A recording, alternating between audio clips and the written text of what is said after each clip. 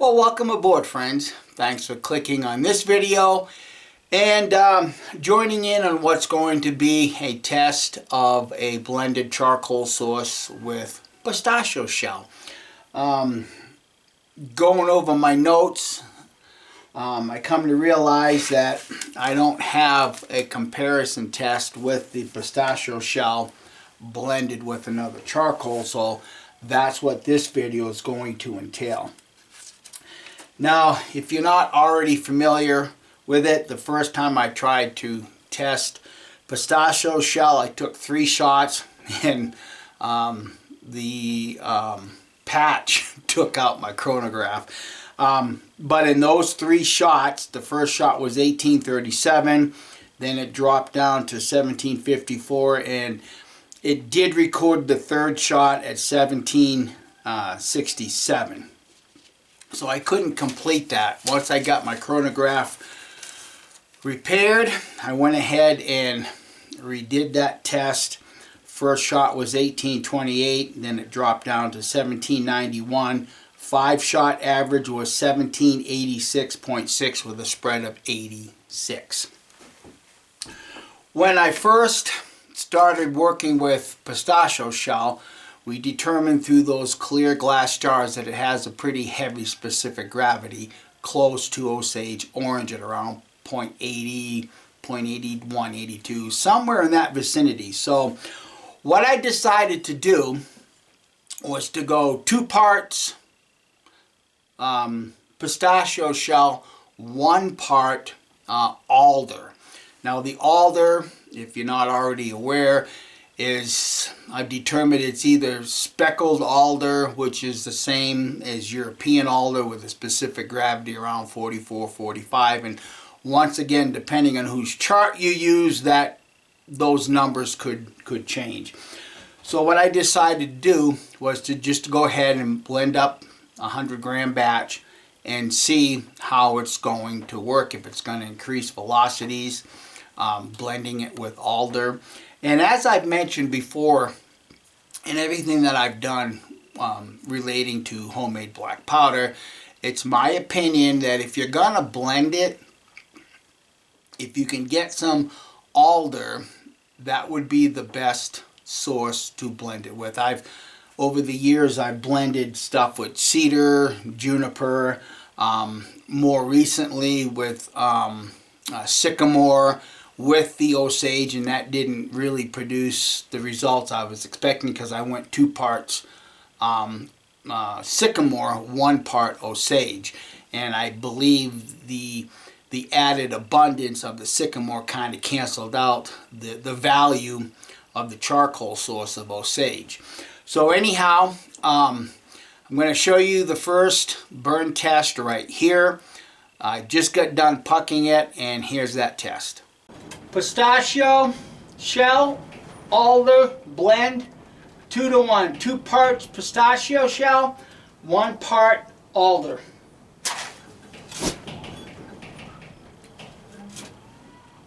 Went up PDQ. Well, there's the block. I'd say it's fairly clean compared to some of the other ones I've had. Fingers real clean. Even cleaner. Rub it again. Pretty clean. Alright, stay tuned for the next burn. Got the rest of it drying in the sun right now, and when I get enough of it sized, grained, I'll do another 30 grain burn test, and we'll look at the results at that point. Now in this video, I'm only going to take the 5 shots with the blended pistachio shell alder, just simply because I've already got numbers from just the pistachio shell by itself, and once again, I'm only doing it so that I can have another set of numbers. So thank you for following along, and enjoy. 30 grains of granulated pistachio shell alder blend. Let's see what it does.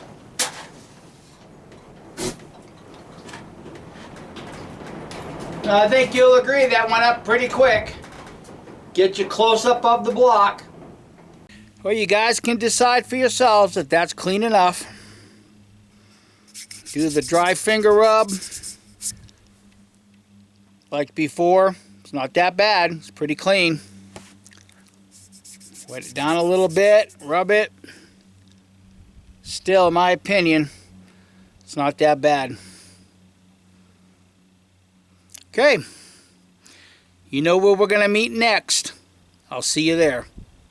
Well, it's actually been about 3 weeks since I started the beginning of this video, and as you can see, we've had a bunch more snow. But right now, it's about 9:45, 10 o'clock in the morning, and it's just pushing 40 degrees. All right, let's get to doing some shooting.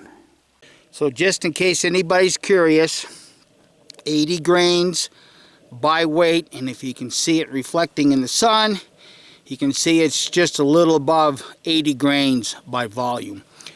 Once again, it's a testament, in my opinion, to the specific gravity of the charcoal, how heavy that charcoal is, you know, when you get it all charred up and put in a container like I normally do. But there's the volume measure right there, a little above 80. Now, I'm going to get loaded up. I'm going to get you the 5 shots, and then I'm going to turn the camera to my buddy, Jonathan. And he's got some muzzle loaders that he wants to double check the sighting on, so I'll record him shooting his guns, and we'll double check and see if there's any adjustments we need to make with the sights. Stay tuned. And I am using the pistachio shell alder blend, approximately about a 4F in the flash pan. And I'm not shooting at any target because I know the gun shoots straight, shoots good. I just want to get some numbers and compare this to the pistachio shell that's not blended with any of the charcoal source. Well, you've seen it before I did, 1784. So just in case anybody is curious, here's that patch, and once again, it's the first shot going down a clean barrel. You can make up your own mind. I think that is as clean can be, but I'm going to ask my buddy Jonathan to give me his opinion. That's a clean patch. For number 1. Definitely. But we'll hold on to this and compare it to the 5th patch if I can find it at that point. Stay tuned. Yeah, that would be great. Because that may be something else somebody else is looking at and like, why does he talk about patches? They're all dirty, and there's a difference seeing it on camera. There's a difference. And in person. Yeah.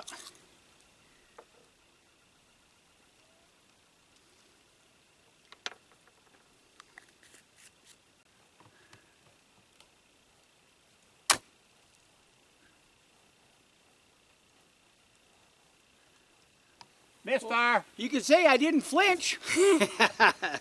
Wet powder. Yeah. More powder. Need more cowbell. More cowbell, yeah.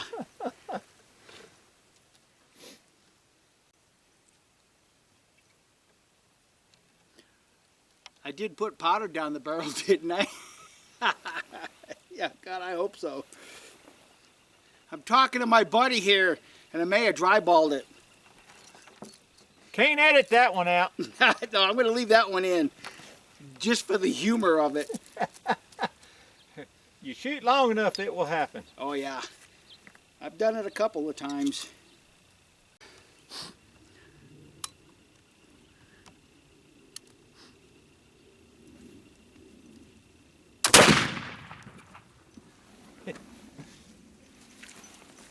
At least I didn't dryball it. 1704.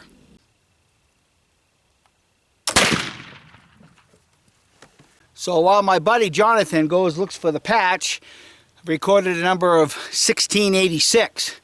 Numbers have dropped quite a bit from shot number 1 to this one, but we'll just keep going and see what we get.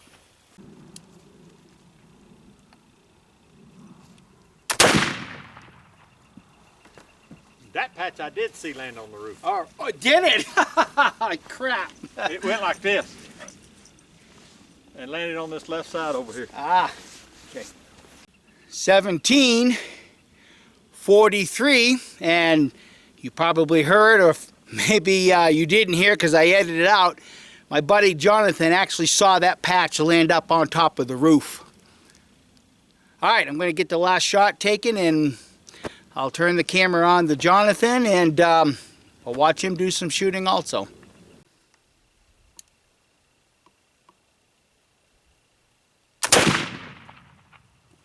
$17.42. All right, let's see if we can find that patch and do a comparison between shot number 1 and shot number 5. All right, so how did we do? Well, 5-shot average was 1731 with a spread of 98. Earlier in the video, I gave you the numbers of pistachio shell by itself, 1786.6 with a spread of 68. You know, you're only talking, what, maybe 50 feet per second difference, and that could be the morning temperature being right at about 40 degrees. The spread, you're talking about, well, 30 feet exactly on the spread. So my final synopsis would be this. Pistachio shell as a single source gunpowder is a little bit more powerful than pistachio shell alder, but here's where the give and take is. I've showed in previous videos that the specific gravity of pistachio shell is close to Osage orange, pardon me. And when you blend that with 75 grams of potassium nitrate, you're not yielding as much volume-wise as if you had something like pistachio shell alder blended, would give you, you know, a little bit more volume-wise with your charcoal source. So ultimately, I really wouldn't say one is better than the other, just based on the fact that the pistachio shell alder blend yields more gunpowder in that 100 gram volume. But there again, 50 feet per second difference in the average. It's not much to really be bragging about or, you know, boasting on any forum that single source gunpowder is more powerful as a dogmatic statement, because there's a lot that you really have to put into that context. And we did find that 5th patch, and I'm going to let my friend Jonathan give you his synopsis on that. Well, first of all, everyone saw the first patch, how clean it was. And then you look at the 5th patch and you say, boy, that's dirty. But I just want to point out, what you see on camera looks worse than what it is in person, because these are really clean. You can definitely see the differences in them. But in my opinion, you still have a real clean patch, and I just want to let you know that how bad it may look on camera. You see it in person, it's not that way. Total different thing. Totally different thing, yeah, when you see it in person. Yeah, so, all right, well, thank you, Jonathan. We're going to get the range reset up, and we're going to see how his rifles shoot off of the bench rest, and we'll see if we have to do any adjustments yeah, to the sights. We'll go from there. Yeah, stay tuned. Lyman, Great Plains, 50 caliber, 70 grains, 2F.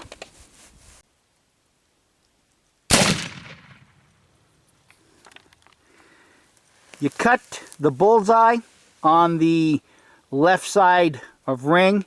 There's no problem with the elevation. It's just, it's a right or left issue. That might be me. That's a hard set trigger. Is it? Adjust them, yeah. Yeah, we'll go mark that off so you can see it up close. Yeah. Shot number 2. Babinga. Babinga.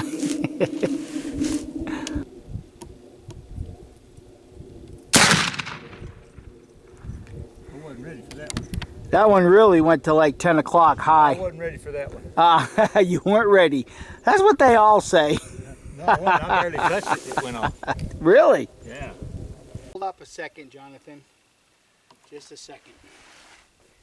I'd hate to have that flash and that pound of powder right next to your face. I've been putting it over and I didn't then. Thank you for catching that. Yeah. The We good? Yeah, good. Bazinga.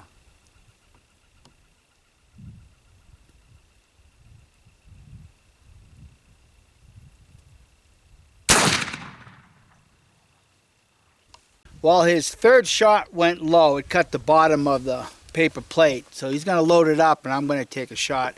Depending on what's been edited out, we've discussed it, that once you set that set trigger, that first trigger is real hard to pull. So I'm going to take one shot and just see where it goes. Not that I'm a better shot, but I just kind of want to get a feel for how hard that trigger really is. What was that? Now, how do you line up your sights? Do you put... I'm putting the top of this, even right there. At the top, at the top of that. the top to the top. Top to the top of the groove right there. Okay, so...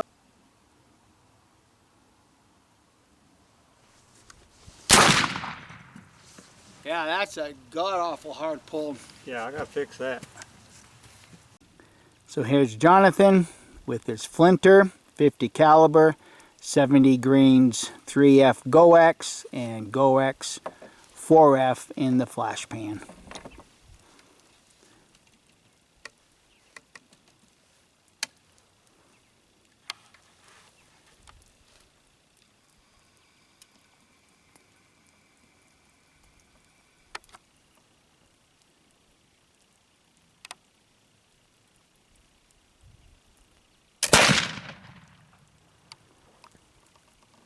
Delay. A little better on that trigger. Yeah, that's like hairy trigger. So this is going to be his second shot with the flinter. If you're curious as to what... Hey, keep your hand away out of the front of this. Start over. 1, 2, 3. If you're curious to where my shot with the Great Plains landed, if you look at about the 10 o'clock placement, you'll see where he put that first bullet. My bullet cut that one. The first shot with the flinter went almost directly above that, just a hair more to the right. So this will be a second shot with the flinter. Let's see where it lands.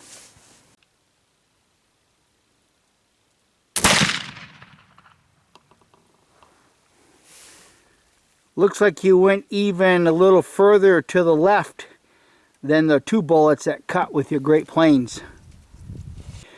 So Jonathan and I have been watching several of my shooting videos, and we've been discussing if homemade gunpowder goes off quicker than factory gunpowder. And with my flintlock, Jonathan has noticed that there is a difference. Even though as quick as factory gunpowder is, he's of the mind and I'm of the mind that mine, the homemade gunpowder, sets off the main charge quicker. So what we have right now is GoX 3F. The gun barrel in his flash pan is charged with my homemade gunpowder, but at this point it's a blend of 2, 3, and 4F because I've already mixed what I would consider 4F. So let's just see if we can determine if this does go off a little bit quicker.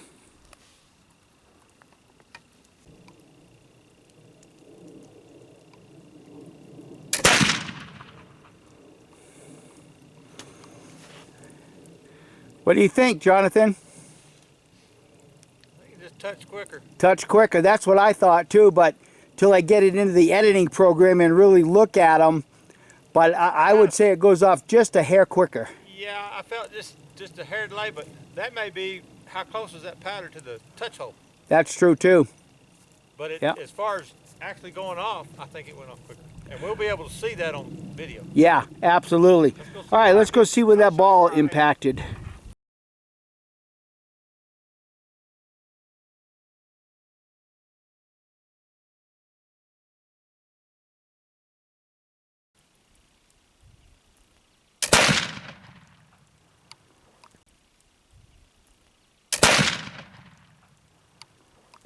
So there's a close-up of the target, and Jonathan's going to show you where he was aiming. And obviously, I think we can all agree there needs to be some front sight adjustment. Right here. That's where you were aiming? Yeah. And where did that one impact? Right there. Yep. All right. Well, it looks to me like you need to do some work on that front sight. Yeah. Get the front sight, and then I can do right-left adjustments with the rear. Yep. So your concluding thoughts? I need to change out my front sight first. That one is well out of place. Put a new front sight on it, go from there to make my adjustments for where I need to be. Yep. And then next time at Cashel Blue, I'm still going to outshoot you. Aim small, miss small. That's what they say. Babinga. Babinga, yeah. So we want to thank everybody for watching. If you like this video, I hope you give it a thumbs up and share it with your bestest of buds. Bye.